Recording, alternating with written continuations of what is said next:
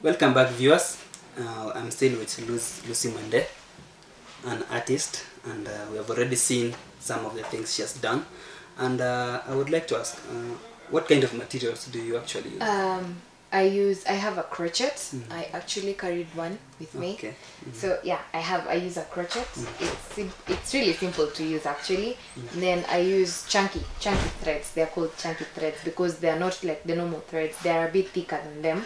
And then I also use a PVC. It's actually plastic that has been recycled. So when you talk about environmental saving the environment, it actually helps a lot. So it's a PVC that has been it's a plastic that has been recycled into PVC. It's called a tapestry.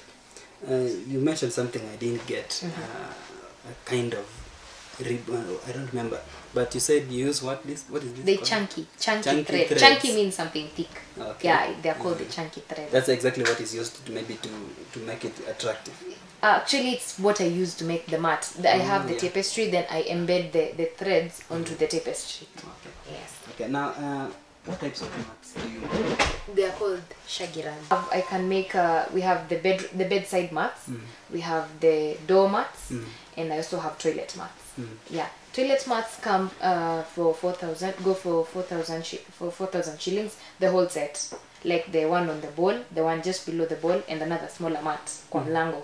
And then we have the door mat. This one, it goes for 2,500. And yeah, the bedside is almost the same. I was still to ask you about how much you sell your mats, but now that you mentioned, yes, it means you're doing something in bulk a lot. So have you employed maybe some people to help you with the work? Because maybe if you say you're doing this, there's some people who might want to order for more. Okay. How do you deal with that, the number? For now, I am taking things slow. I have friends who want to help. They want, because we've been discussing actually with them so that they can begin sometime next month for commission. I buy the mats, they make them, they help me make them, and then they get a commission from it. But not yet. I haven't started it yet. And yes, I do have so many orders. I make my mats on orders. I just don't wake up and make and then I go sell, because sometimes, you know, it's a risk. It's a risky business to do that. So I wait. I go take them. When people I get orders, when people ask for them, that those are orders, then I make them and then I sell them to them. You had mentioned something about it being a hobby. I thought maybe now it being a hobby, you don't actually require an order. You just want to do it. Yes, I do. Actually, when I'm alone, when I don't have any orders, I usually make mine. For me, or for my family. So now that is a hobby, but it has become a business when I sell them to people. Exactly. Yeah. Machinery. What kind of machinery do you use apart from maybe the crochet?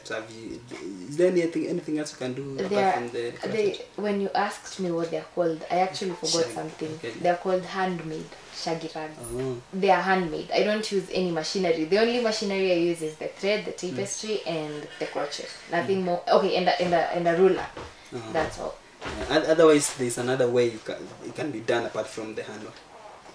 Apart from the handwork, none that I know of. Okay. Yeah. So you've already told us about how much you sell your hat. Yes. So who are the target customers? My target customers, I have a huge target audience, and from people who say occasions. If your friend is having a birthday, if your family friend or anyone from your family is having a birthday, or anyone who was at home, if you want a mat for your house, your bed, anything, I can make. So I have a huge target audience. Does it make it something for the few, because it looks like it's so expensive for me personally? I don't want to talk on behalf of any other person, but they really look expensive. 2,500. Is it because of the things that you buy or something? Okay, let's begin with the raw materials, the materials that I use to make the mat. They're actually expensive. They just don't come. Actually, when some time back a student asked me, why do you sell your mats so expensive? And it was not easy to explain to that person that it takes so much time to make. A week. Like non-stop.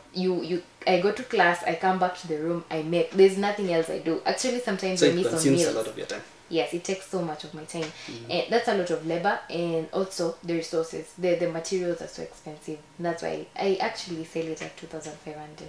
Now, let's take the example of the ones we have here already. How can you say, how much is this? This is 2,500. No, the raw material. The raw material. The tapestry goes for 700, and then I cut it so that it can fit for the doormat.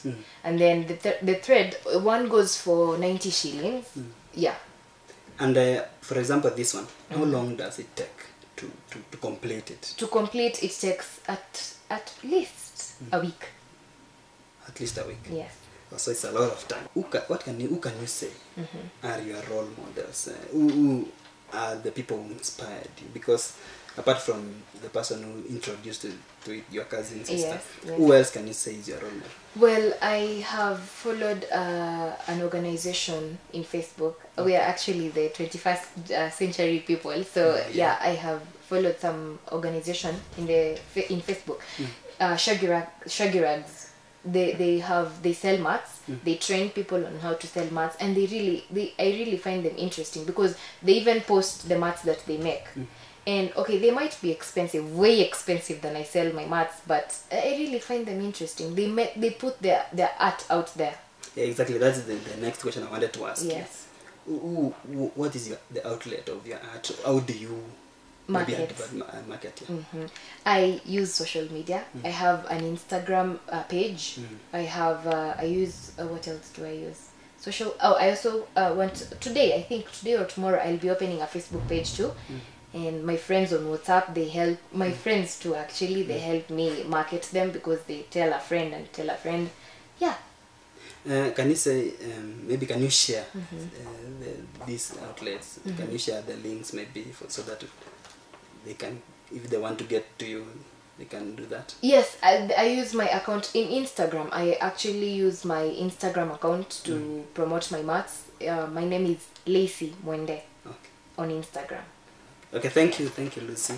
We'll take another short break, and when we come back, we'll talk about the challenges and so many others. Stay tuned.